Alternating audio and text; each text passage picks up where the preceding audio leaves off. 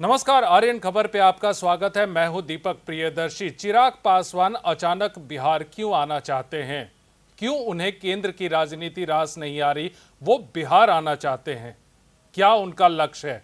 क्या बिहार के चुनाव में अधिक से अधिक भागीदारी चाहते हैं या फिर उनका लक्ष्य कुछ और है? माना यह जा रहा है कि उनका लक्ष्य बिहार का मुख्यमंत्री होना है, लेकिन उसके लिए जरूरी है कि पार्टी का कद बढ़ाया जाए। अब ऐसे में जब तक चिराग पासवान पूरी तरह से बिहार की राजनीति में सक्रिय नहीं होंगे तो पार्टी का कद कैसे बढ़ेगा, उनका कद कैसे बढ़ेगा और उनका सपना या फिर उनका लक्ष्य कैसे पूरा होगा? तमाम ऐसी चीजें हैं। क्या इसके लिए चिराग पासवान ने कोई और भी प्लान बना रखा है? कई ऐसे सवाल हैं जिन सवालों का जवाब अभी बिहार की सियासत में ढूंढा जा रहा है। हम भी कोशिश कर रहे हैं, देखिए इस रिपोर्ट में। अचानक बिहार में सक्रिय क्यों होना चाहते हैं चिराग पासवान? एनडीए में सीटों को लेकर भागीदारी बढ़ाना चाहते हैं? सीट बंटवारे में जितनी सीटें मिलनी चाहिए नहीं मिल रही? चिराग इस चुनाव में प्लान बी पर भी काम कर रहे हैं।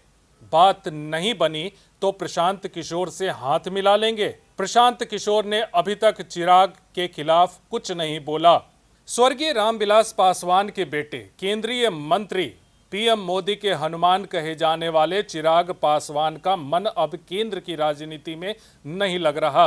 वे बिहार आना चाहते हैं, यहां की राजनीति में सक्रिय होना चाहते हैं, लेकिन अचानक ऐसा क्या हो गया?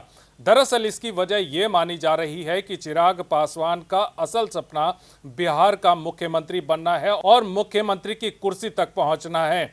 यह सपना कभी स्वर्गीय रामविलास पासवान का भी था, लेकिन वो सपना कभी पूरा नहीं हो पाया। क्या पिता के उसी सपनों को पूरा करना चाहते हैं चिराग पासवान? अगर उनका यह सपना है तो भी उनके लिए जरूरी है कि बिहार में उनकी पार्टी बड़ी हो, और वो बड़ी तब होगी जब विधानसभा में उनके विधायकों की संख्या हो और काफी हो। इसके लिए 2025 के विधानसभा चुनाव में अधिक से अधिक सीटें एनडीए में उन्हें मिले। अगर मौजूदा हालात का आकलन करें तो चिराग को 20 से अधिक सीटें मिले, इसकी संभावना कम नजर आ रही, क्योंकि यह माना जा रहा है कि चिराग पासवान 40 सीट मिलने की आस लगाए बैठे हैं। अगर ऐसा नहीं होता है तो चिराग क्या करेंगे? क्या चिराग जो मिलेगा उसे रख लेंगे या फिर कुछ नया रास्ता तलाश कर सकते हैं? अब सवाल यह है कि अगर चिराग अलग रास्ता अख्तियार करते हैं तो क्या उनका यह सपना पूरा होगा? क्योंकि अकेले चुनाव लड़ने का हश्र वह पहले के चुनाव में देख चुके हैं, तो क्या वे किसी और से हाथ मिला लेंगे? ऐसे में क्या चिराग पासवान के पास कोई प्लान बी भी है? लेकिन बड़ा सवाल यह है कि किससे हाथ मिलाएंगे। माना यह जा रहा है कि वे प्रशांत किशोर की पार्टी जन सुराज के साथ हाथ मिला सकते हैं, क्योंकि फिलहाल वही एक पार्टी है जहां चिराग को मन मुताबिक सीटें मिल सकती हैं और वो ले सकते हैं। प्रशांत किशोर भी चिराग पासवान को लेकर सॉफ्ट कॉर्नर रखते हैं। ऐसा इसलिए है कि प्रशांत किशोर अभी तक सारे नेताओं का विरोध कर चुके हैं, चाहे वो नीतीश कुमार हो, पीएम मोदी हो, लालू यादव हो या तेजस्वी यादव हो। लेकिन प्रशांत किशोर के निशाने पर अभी तक चिराग पासवान नहीं आए हैं। एनडीए में इस समय 5 दल हैं: बीजेपी, जेडीयू, चिराग की पार्टी, जीतन राम मांझी की पार्टी और उपेंद्र कुशवाहा की पार्टी। माना यह जा रहा है कि बीजेपी और जेडीयू 100-100 सीट अगर ले लेती हैं तो बाकी के 3 दल के लिए महज 43 सीटें रह जाती हैं। 35-40 सीटों की मांग के साथ जीतन राम मांझी भी हाथ पैर मार रहे हैं। उपेंद्र कुशवाहा भी कम से कम 20 सीट की तो मांग करेंगे ही। तो चिराग पासवान के लिए कितना बचेगा? चिराग के लिए बड़ी परेशानी यह भी है कि बीजेपी और जेडीयू एक साथ मिलकर चुनाव लड़ सकती है। 2010 का चुनाव इसका उदाहरण है कि इन दोनों पार्टियों ने एक साथ लड़ा और बम्पर जीत हासिल की थी।